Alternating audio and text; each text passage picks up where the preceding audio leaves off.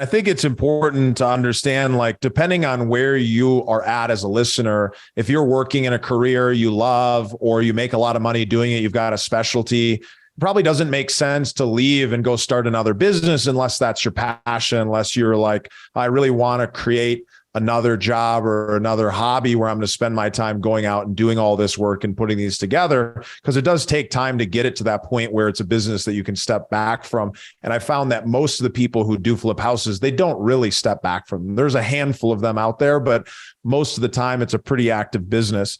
What are the other types of investments that you look at or you like doing? That is more on the passive side, or even semi-passive, where you're putting a manager in place. Yeah. So right now it's syndications, which you don't really have to do much. Obviously, if I'm investing in you, I give you the money and I just let it sit, and you're making your money per month. That's one of the ways to do it. For us, that's what we do. We do that, and on the lending side, I talked today with a business partner about buying a building. Right, that'd be another way. But there is management there. You have to make sure you have your property manager. For me, I don't want to take calls. I don't want to everyone call me and deal with any of the leasing, anything like that. So for me right now, I mostly have lending. I have my virtual assistant company. I have my wholesaling company. So those are the three kind of entities that are three businesses that we run. And I think that's something a lot of people don't really recognize. They listen to Bigger Pockets. They hear Brandon Turner talk about doing a house hack or, burring a property, and they think, hey, I'm getting into passive income. But talk to me about what's not passive about owning a building that you're going to be the one who's got to make the decisions on. Yeah, I mean, there's maintenance all the time, right? If you own a building, even owning a single family house, right? Or if you own a building, let's say 10 unit building, you have 10 tenants. If there's a vacancy, you got someone in there, go in there and fix the property up. So now you're dealing with a contractor, right? Mm-hmm. Now you have to lease. Maybe you're dealing with a leasing agent. Then you got to deal with a tenant. Then you got to deal with paperwork. So there's a laundry list of stuff that is just attached to one unit, right? So that's why, in my opinion, investing in a syndication is, hands off. That's most passion. That's where the passivity comes in. I don't know if that's a word, but it's where the passive income comes in. Yeah. And there's definitely some pros and cons. I'm curious, from your perspective, you're sophisticated, you understand the space. How have you gone about picking the syndications or the funds that you invest your cash into?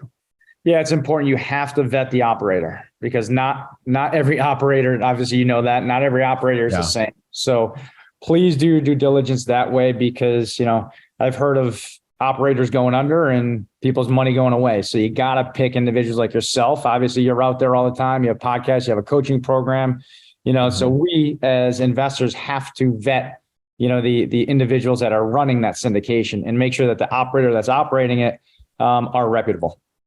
Yeah, I think with aligned interests and an experienced operator, that's the kind of position you want to be in when you're investing. You want to make sure that they make money after and when you make money, and that they've got a lot of experience so that they're choosing opportunities that have the highest likelihood of success, and they're protecting that downside. Because, when it comes to investing, we've bought a bunch of properties during a bunch of different types of times in the cycle. And when interest rates go up, that does change the equation. And so someone who's does not have a good, solid understanding, they may continue to put out distributions when the project doesn't support it, or they might have not kept enough reserves in the first place. Where I just had a conversation the other day where somebody is in a situation where they're looking to raise more cash because the project is in distress.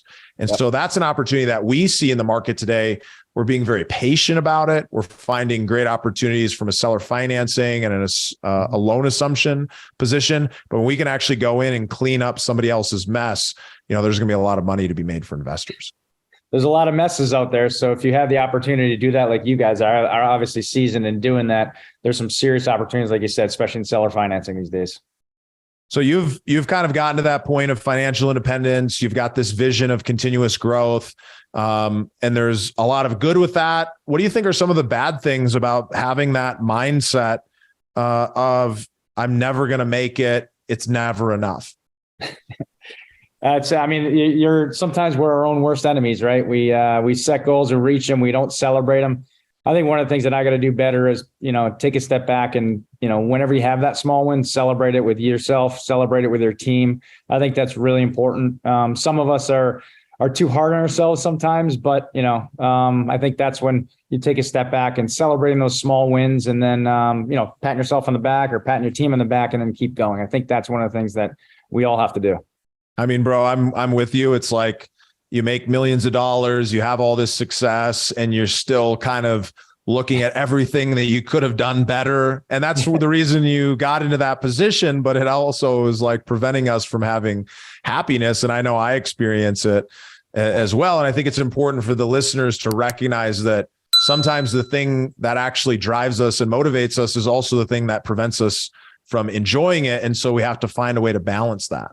Yeah. And the goal should, you nailed it. The goal should never be money, because if it's only money, you're not going to be satisfied. You're not going to be happy, because you'll hit, if you set a goal to make, let's say $100,000 on a flip, and as soon as you hit that number, it's like, all right, what's next? It's not, you got to set those goals. Like I said, celebrate it and then keep going, because, millions of dollars is, that helps obviously a lot, having money, but money doesn't create happiness.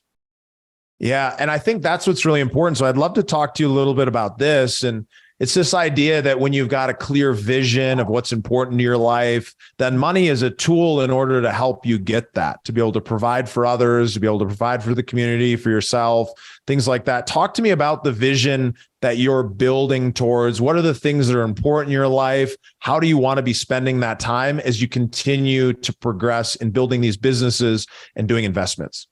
Yeah, I think you got to carve out time for yourself. We do, with a virtual assistant company, give away money to charity in the Philippines every year. We do a charity event, which is fantastic. To be able to do that, that's really the fulfilling stuff. That's the cool stuff. And I think, I have 3 kids, and they're all in the hockey. So just going away in hockey tournaments, for me, it's big. I coached all my kids growing up. My youngest is the only one I'm coaching right now, because he's going to be in high school next year. But I think it's being able to spend time and not miss any of their games. I think that's huge. And having profitable businesses helps you be present and be at those games, if possible, obviously. Yeah. And that's a cool, important thing. That's part of your vision. I think other people can take away. I grew up in Minneapolis, so huge hockey town. We didn't play hockey because it was too expensive. I played a lot of pickup hockey, and I love that. I know how intense it can be for hockey parents, where you're traveling to all these events. So having that space and time to be able to do that is really important. And it could be baseball, it could be basketball, it could be anything, right? I mean, golf's another great way to spend time with whoever you enjoy spending time with. It's 4 hours around, right? So anything like that you could find. It doesn't have to be sports, but I use sports as an example just because that was my upbringing. Yeah. So when it comes to investing, your experience in the space, maybe you have a passive investment plan, maybe you don't.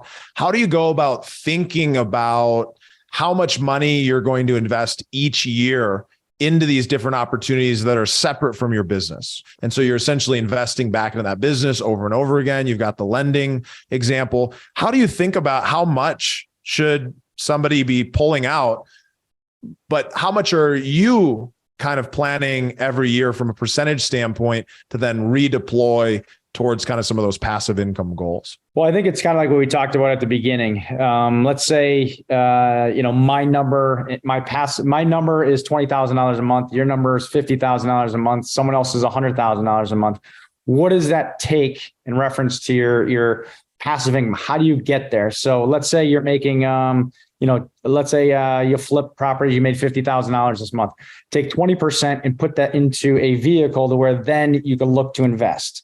And I always look at, so as an example, whatever your syndications are kicking off for income. So I'd look at that and say, all right, if I give you $50,000, how much is that going to kick me off in revenue, in return, right? And interest back to me. So that's what I look at. It's almost like starting back. And I look at, what's my overhead in the office, employees, rent, marketing, et cetera. That's a number. And I also look at my home, right? What are the taxes? What's my mortgage? How much is it? How much do I need for food, for kids, for sports? And I put all that together and I say, okay, that's a number I need to make a passive, passive income wise, to make sure I offset it, to not have that worry, right? So if it is $20,000 for me, that's what I look for. So when I make a big chunk of money here, I'll put 20% here. I'll look at an investment vehicle like yours to say, all right, how do I get to that $20,000 a month?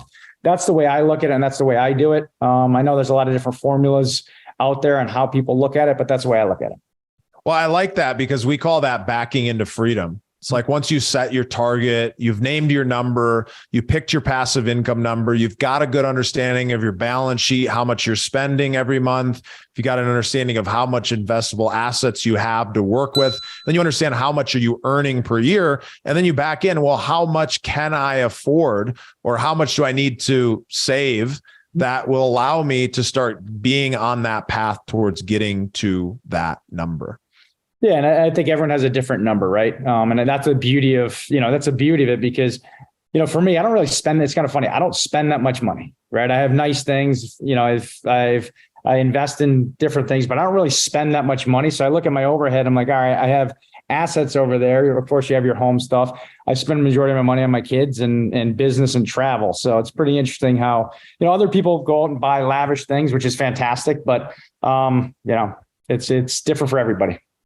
If you are starting this passive income journey, this investment journey that you've been on it for a long time. If you're going to start over again, knowing what you know, and you're starting with some money, you've already earned some money, you continue to earn a good living, what advice would you give to yourself about how to do it even more efficiently and effectively than maybe the way that you did it?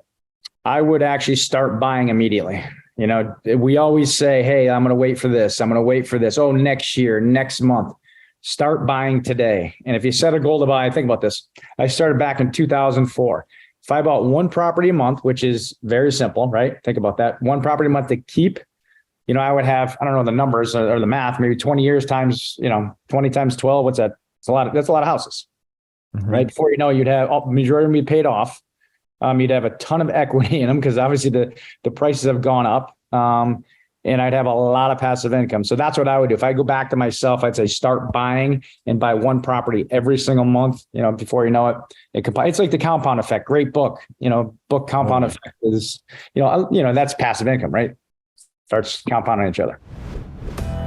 Thank you for listening to the Investor Mindset Podcast. If you like what you heard, make sure to rate, review, subscribe, and share it with a friend. Head over to theinvestormindset.com to join the Insider Club, where we share tools and strategies from the top investors and entrepreneurs on how to take it to the next level.